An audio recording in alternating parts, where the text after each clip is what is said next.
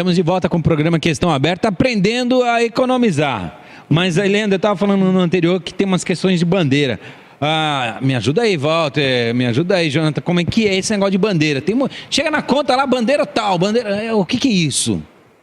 O Jonathan já tinha trazido para a gente esse modelo nosso de geração hidrelétrica com a perspectiva de uso das térmicas.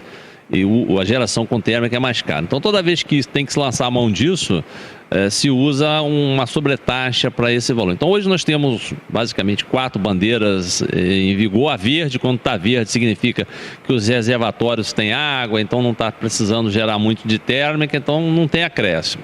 Quando está na amarela, a gente acrescenta aí R$1 a cada 100 kWh de consumo, mais R$1. Quando está na amarela, é uma advertência que nós estamos já caminhando para uma situação mais crítica.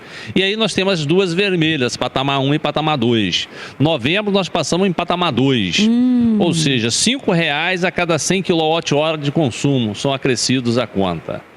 O governo anunciou que para dezembro nós vamos estar em vermelha patamar 1, R$3 a cada 100 kWh. Já vai abaixar. Já vai abaixar. E com as chuvas que estão caindo aí, a expectativa é que a gente caminhe em direção ao amarelo, quiçá a verde, que aí a gente não teria... sobretaxa. Sobretaxa, sim. Exatamente. Isso vem registrado o valor da taxa, junto com a bandeira vermelha, valor X a cada 100 kW, então, na conta. Vem na conta, mas também em função da importância disso hoje no impacto da economia doméstica, né? Toda vez que vai ter mudança de bandeira, a mídia divulga, sim. Certamente a gente toma conhecimento antecipadamente. Não tem algo assim melhor aí para ajudar a gente aí, tipo uma bandeira branca aí, por exemplo? Existe alguma coisa nessa área, não? Para ver se minimiza isso? Essa questão dessa estratificação de bandeira, consumidores de maior porte já possuíam. O consumidor, basicamente nós, os consumidores domésticos, mortais aí, basicamente a gente pagava aquilo que consumia independente do horário que isso era verificado. A partir de janeiro de 2018, isso vai mudar um pouquinho. Inclusive impacta significativamente nos hábitos das pessoas. Aqueles que se disporem a tomar um banho de madrugada, o chamado fora do horário de ponta, fora daquele horário intermediário. Fora do pico, né? Exatamente. Já todo mundo em casa assistindo televisão, tomando banho, a criançada chega... Então passou esse horário, cai a conta. Pois é, ali é uma sequência para consumo. Tem a novelinha, às vezes tem um futebol, tem um jornal no meio, né? Então... com todos os aparelhos ligados. É de ponta. Na verdade, o que é essa estrutura, então, chamada de bandeira branca, que vai entrar em 2018, mas não é compulsória, as pessoas vão decidir aderir ou não. E é um cronograma de implantação de 3 anos até 2020. Nós vamos ter, basicamente, o dia tem 24 horas. Vamos falar nos dias úteis. Nós temos 24 horas, nós teremos 5 horas diferenciadas. Dessas 5 horas, 3 são chamadas de ponta e 2 são chamadas intermediária. Então, porque isso me assustou agora. Por exemplo, se a economia só for de madrugada, então a gente só vai poder tomar banho de madrugada, ligar as coisas de madrugada para economizar energia. Então não foi favorecimento nenhum. Eu vou desligar tudo durante o dia e vou viver a noite. Então, pelo menos economizo. O que economizar lavar roupa de madrugada, bota a máquina para bater de madrugada. Vamos aumentar o estresse do consumidor, coitado, que vai ficar sem dormir. Pois é, são 24 horas, 19 serão consideradas fora desse período, então... em tese terão tarifas menores, 19 horas. Perfeito. E essas 5 horas que terão uma sobretaxa, vai depender muito da área da concessionária, até porque o país é extenso, nós temos fusos horários, né? Basicamente aqui para a nossa região, seria a partir das 18 horas. De 18 às 19 horas, essa primeira hora aí seria uma hora intermediária. Na sequência, viriam 3 de ponta. Então a intermediária já tem um acréscimo, as 3 de ponta tem um acréscimo maior. Depois, a quinta hora, após essas 3 de ponta, também seria considerada intermediária. Então dá o total aí de 18 às 22 horas, no nosso caso, seriam os horários em que seria mais impróprio fazer um consumo intensificado. Então a gente tem que economizar cedo, é isso, né? Temos que tomar banho na hora do almoço, né? Tomar banho à noite, né? Vamos passar a roupa de manhã, acordar já no lerê, né? Aquela coisa toda. Esses hábitos, né? Mudar os hábitos. Né? Mudança de hábitos, mudança total de hábitos. É verdade. Tem alguma tarifa, assim, podemos dizer tarifa social?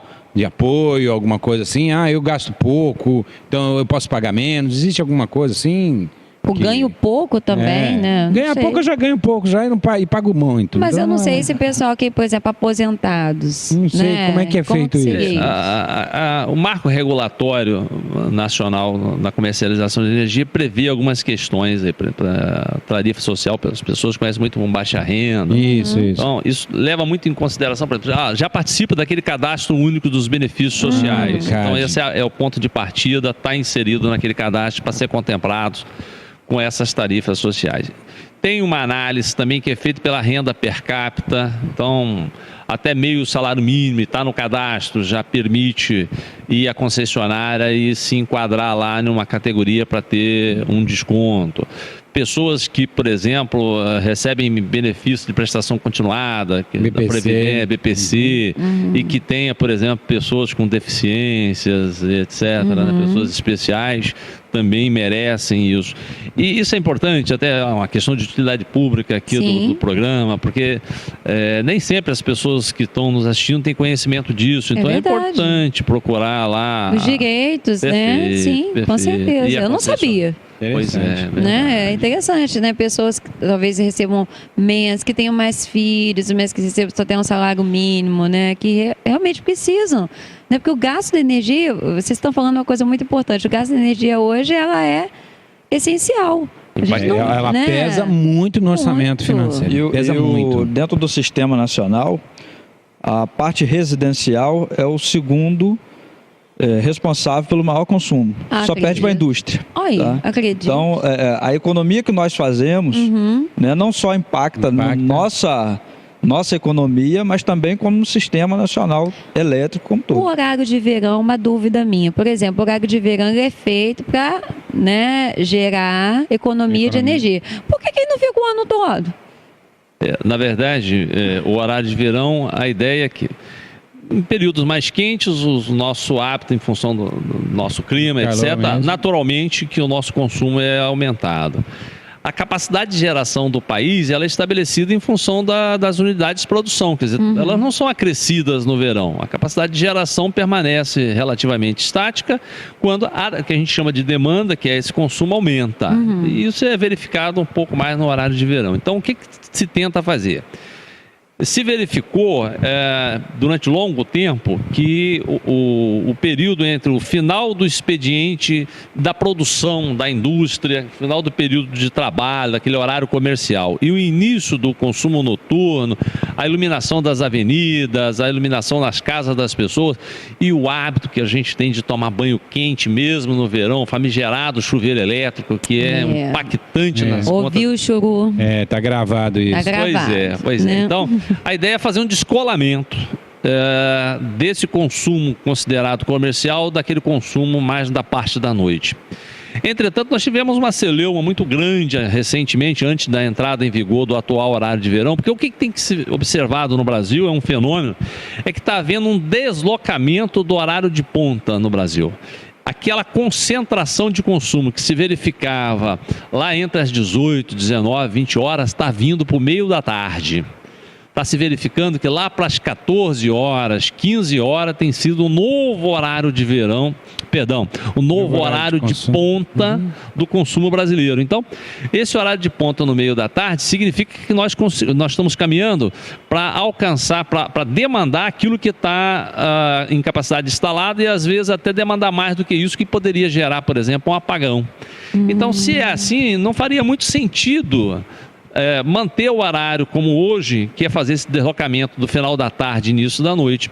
Eu acredito, inclusive, que faltou, nós não estamos aqui discutindo questões políticas, mas faltou foi coragem política para extinguir esse horário agora, porque não faz mais muita diferença, não está fazendo diferença. Acho que num futuro acho que eles foram lá em casa fazer essa pesquisa, porque realmente no horário do almoço lá em casa tudo funciona. Tudo funciona, entendeu? O horário do almoço, todo mundo toma banho, todo mundo passa, todo mundo faz tudo. Pois é. Olha, a gente quer agradecer muito mesmo a presença do Jonatas aqui com a gente. Obrigado, Walter, por estar aqui com a gente. A gente agradece você que esteve nos acompanhando nesse programa de energia, né, Leandra? Amei. Muito obrigado por vocês terem vindo e obrigado você que esteve aí aprendendo um pouco mais sobre energia. Até a próxima.